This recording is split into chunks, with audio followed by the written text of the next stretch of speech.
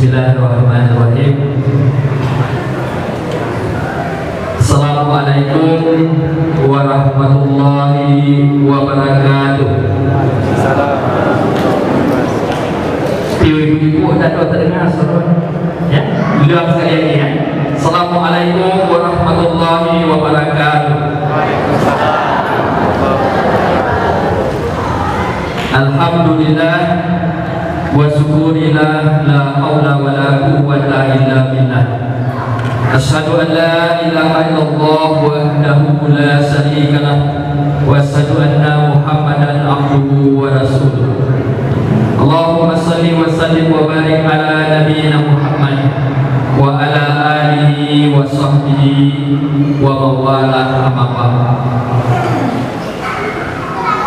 Bapak-bapak, ibu-ibu, kaum muslimin dan muslimat, jamaah salat isya dan tarawih Masjid Al-Mujahidin Sulat yang insyaallah dirahmati Allah Subhanahu wa taala. Apa kabar kayo ibu-ibu, bapak-bapak? Sehat ya? Alhamdulillah. Alhamdulillah. Kita panjatkan puji syukur kepada Allah Subhanahu wa taala yang karena berkat limpahan rahmat karunia-Nya kita semua Allah telah meringankan langkah kaki kita sehingga kita bisa hadir di masjid yang mulia ini dalam rangka melaksanakan salat isya, dan insya Allah nanti kita akan melaksanakan salat tarawih secara berjamaah. Dan lebih bersyukur lagi kita malam ini kita telah memasuki hari yang ke-21 Ramadan atau malam yang ke-22 Ramadan. Artinya kita telah memasuki periode 10 hari terakhir Ramadan, malam-malam terakhir Ramadan, di mana dalam salah satu hadis dikatakan di 10 malam terakhir ini ada yang namanya malam Lailatul Qadar, suatu malam yang lebih baik dari 1000 bulan. Mudah-mudahan kita senantiasa mencarinya di malam-malam terakhir Ramadan ini. Di satu sisi, bapak-bapak, ibu-ibu, kita bersyukur karena kita telah memasuki malam yang ke-22. Tetapi di sisi yang lain kita merasa bersedih karena artinya kita sebentar lagi akan ditinggalkan oleh bulan Ramadan ini, bulan yang penuh kemuliaan ini, bulan yang penuh ampunan ini. Dan kita semua tidak ada yang merasa yakin apakah kita akan bisa berjumpa dengan Ramadan di tahun yang akan datang.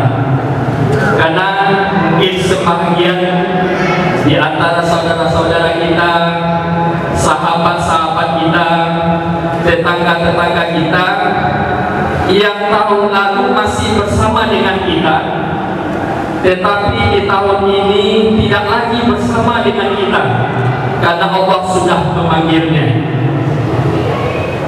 Dan yang perlu menjadi perhatian kita, yang perlu menjadi perenungan kita, bahwa banyak fenomena akhir-akhir ini, tahun-tahun belakangan ini, banyak terjadi kematian-kematian mendadak. Meningkatnya kematian mendadak ini sebenarnya telah diingatkan oleh Nabi dalam salah satu hadisnya yang berbunyi, Inna aramatis sa'ah ayyazhara mautul fajran. Dan salah satu tanda akhir kiamat itu, hari akhir zaman itu adalah banyaknya kematian-kematian mendadak. Dan kita melihat banyak sekali yang disebut kematian mendadak ini, malam ini kita masih ngobrol-ngobrol, masih sehat teman kita ini, saudara kita ini masih sehat. Tahu-tahu besok pagi kita sudah mendengar kabar dia sudah meninggal. Atau juga masih berolahraga, masih segar bugar pada sore hari, tahu-tahu Allah telah memanggilnya jatuh dan pingsan dan kemudian meninggal. Ada seorang ustaz mengungkapkan pada suatu ketika pengurus masjid mengumumkan bahwa baru saja telah meninggal saudara kita Fulan bin Fulan, dan insya Allah nanti sebentar lagi akan disolatkan sholat zuhur di masjid kita ini. Kemudian ketika zuhur, orang-orang pada heran, tidak hanya satu keranda jenazah yang masuk ke dalam masjid itu, tapi ada dua keranda jenazah yang masuk ke dalam masjid itu. Dan ketika dikatakan bahwa yang satu keranda yang tadi meninggal pada jam 9, dan yang satu lagi keranda orang yang mengumumkan kematian tadi. Jadi setelah mengumumkan kematian tadi, dia pun dipanggil oleh Allah Subhanahu wa Ta'ala. Jadi bapak-bapak, karena memang dan ini dibuktikan kematian mendadak ini dibenarkan oleh WHO. WHO dalam salah satu penelitiannya mengatakan bahwa akhir-akhir ini banyak kematian akibat stroke dan jantung. Jadi kematian mendadak ini. Dan ini yang dikatakan dalam hadisnya tidak tadi, bahwa inilah salah satu tanda dari akhir zaman itu. Mudah-mudahan kita semua mempersiapkan diri kita dengan sebaik-baiknya. Marilah kita manfaatkan 10 hari terakhir Ramadan ini dengan ibadah yang sebaik-baiknya. Kita bayangkan seolah-olah ini Ramadan terakhir kita. Kita tidak tahu, bisa saja hari ini kita masih sehat walafiat, tapi besok pagi Allah telah memanggil kita. Banyak sekali kejadian-kejadian kematian mendadak ini. Mudah-mudahan ibadah saum kita, ibadah qiyamul Ramadan kita yang kita lakukan dengan iman dan wahtisaban ini dapat menghapuskan doa-doa kita dan mengantarkan kita menjadi hamba-hamba Allah yang bertakwa. Sebagaimana hadis Nabi, man soma atau man qoma Ramadan imanan wahtisaban ghufira lahu ma taqaddama min dzambi. Barang siapa yang bersaum, berpuasa atau berqiyam Ramadan dengan iman dan penuh perlindungan mengharapkan keridhaan Allah, maka akan diampuni dosa-dosanya yang telah lalu, dan mudah-mudahan ini mengantarkan kita menjadi hamba Allah yang bertakwa. Sebagaimana tujuan ibadah saum sendiri, la'allakum tattaqun. Bapak-bapak, ibu-ibu, kaum muslimin, jamaah salat Isya yang dirahmati Allah Subhanahu wa Ta'ala, malam hari ini saya membawakan sedikit ceramah singkat tentang sebuah hadis Nabi. Jadi suatu ketika Nabi dan para sahabat sedang berada di masjid seperti kita saat ini. Tiba-tiba Rasulullah mengatakan bahwa sebentar lagi akan masuk ke dalam masjid ini seseorang yang dijamin masuk surga oleh Allah Subhanahu wa Ta'ala. Kemudian tidak berapa lama kemudian masuklah seseorang ke dalam masjid itu dengan pakaian yang sangat sederhana. Kemudian dia melaksanakan sholat, dan berlalu setelah selesai melaksanakan sholat. Keesokan harinya Nabi kembali mengatakan hal yang sama. Sebentar lagi akan masuk ke dalam masjid ini seseorang yang dijamin masuk surga oleh Allah Subhanahu wa Ta'ala. Dan kembali yang masuk ke dalam masjid itu adalah si Fulan yang kemarin. Sebut saja namanya si Fulan. Dan dia pun kemudian setelah selesai sholat meninggalkan. Demikian kejadian ini 3 hari berturut-turut. Nabi mengatakan hal yang sama, dan yang muncul adalah si Fulan seperti hari yang pertama dan hari yang kedua. Jadi tidak salah seorang dari para sahabat yang bernama Abdullah bin Amr merasa penasaran, ibu-ibu, kira-kira aponya ini si Fulan ini aponya ibadahnya yang istimewa sehingga Nabi mengatakan seorang yang dijamin masuk surga oleh Allah Subhanahu wa Ta'ala. Si singkat cerita, dengan rasa penasarannya itu, maka sahabat Abdullah bin Amr ini mengunjungi, mengetok rumah si Fulan, dan kemudian mengatakan kepada si Fulan, wahai Fulan, aku sedang ada masalah dengan keluargaku, aku mohon izin untuk dapat menginap di rumahmu selama 3 hari ke depan. Kemudian si Fulan ini tanpa bertanya apa-apa mengizinkan sahabat ini untuk menginap di rumahnya. Jadi bapak-bapak ibu, selama 3 hari itu sahabat Abdullah bin Amr ini memperhatikan apa kira-kira amalan ibadah apa yang istimewa yang dilakukan oleh si Fulan ini. 3 hari ia perhatikan, tidak ada tampak sebuah amalan yang istimewa, kecuali si Fulan ini berzikir ketika terbangun dari tidurnya di tengah malam, dan kemudian dia berzikir, dan kemudian itu pula yang dia lakukan ketika bangun dan tidurnya. Jadi setelah 3 hari, sahabat Abdullah bin Amr ini mengambil kesimpulan, rasanya tidak ada amalan yang istimewa dilakukan oleh si Fulan ini. Kemudian dia pun minta izin pamit kepada si Fulan ini, wahai Fulan, sambil berterus terang mengatakan, sebenarnya saya tidak ada masalah dengan keluarga saya. Saya menginap di sini ingin mengetahui apa betul amalan ibadah apa yang saya tidak melihat ada amalan istimewa yang kau lakukan.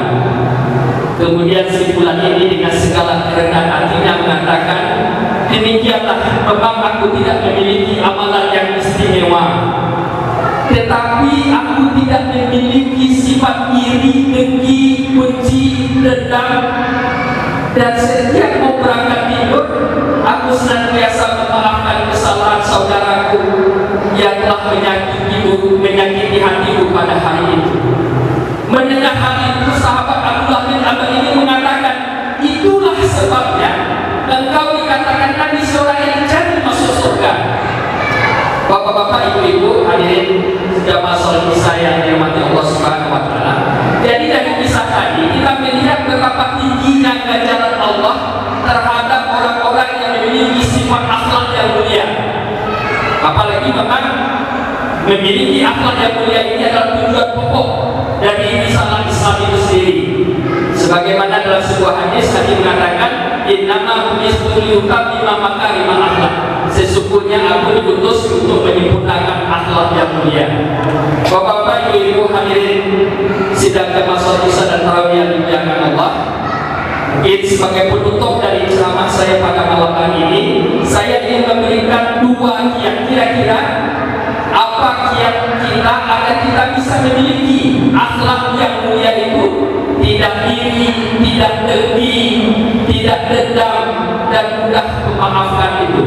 Nah, ini 2 kiat ini sebagai hadiah untuk ibu-ibu, bapak-bapak, sebagai bekal kita untuk kita dapat berusaha memiliki akhlak yang mulia. Sekali lagi, memang mengatakan memiliki sifat yang mulia itu mudah kita mengatakan, tapi sangat sulit untuk melaksanakan. Tapi bukan sesuatu yang mustahil kita memiliki akhlak yang mulia itu. Manjada wajada, siapa yang sungguh-sungguh pasti akan dapat memiliki akhlak yang mulia. Yang pertama, kiat yang pertama, ibu. Mohon maaf ibu gue.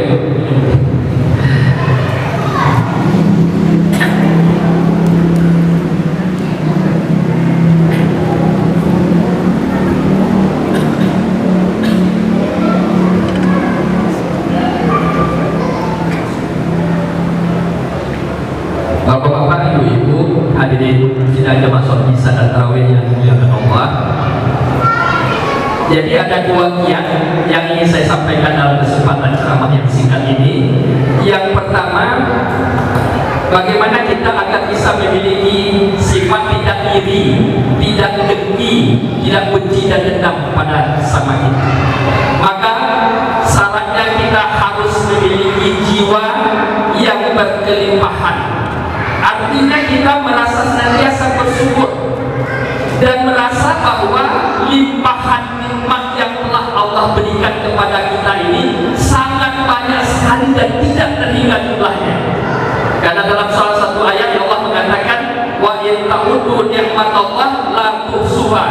Jika engkau menghitung-hitung nikmatmu, engkau tidak akan sanggup menghitungnya.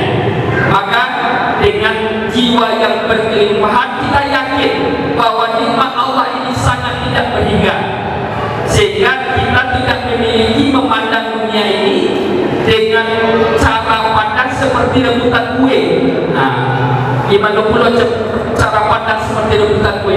Kalau kita menganggap nikmat Allah ini seperti sebuah kue besar, jadi kalau ada ganti kita mendapatkan sebahagian kue itu, maka kita mengatakan jatah kita akan berkurang.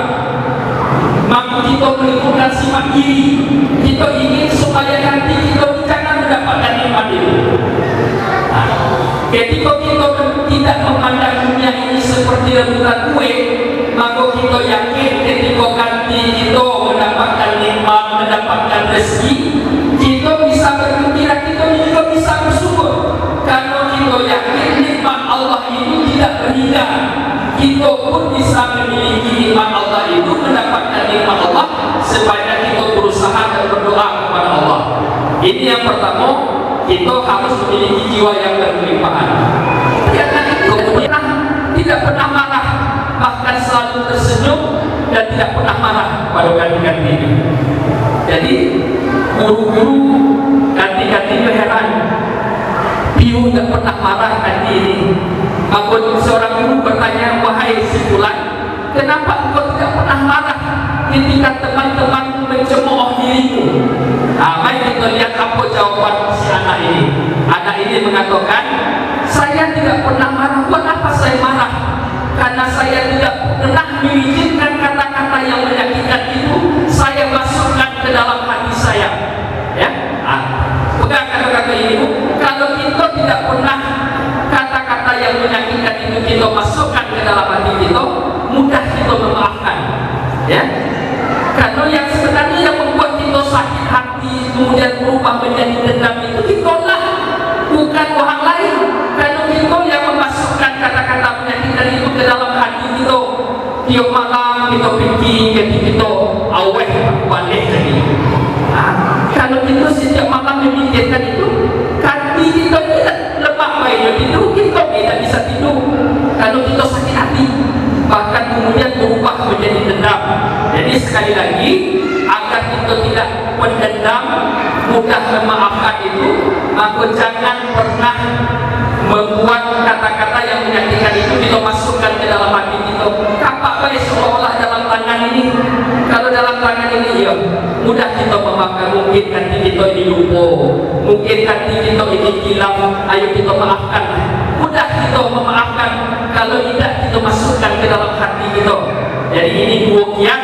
Mudah-mudahan dengan dua kiat ini, jiwa yang berkelimpahan tidak mengizinkan hati kita disakiti orang lain, maka mudah-mudahan kita akan dapat memiliki akhlak yang mulia tadi, yaitu tidak iri, tidak dengki, mudah memaafkan kesalahan saudara kita. Mudah-mudahan dengan apa yang disampaikan tadi ada manfaatnya buat kita galau-galau, termasuk diri saya pribadi.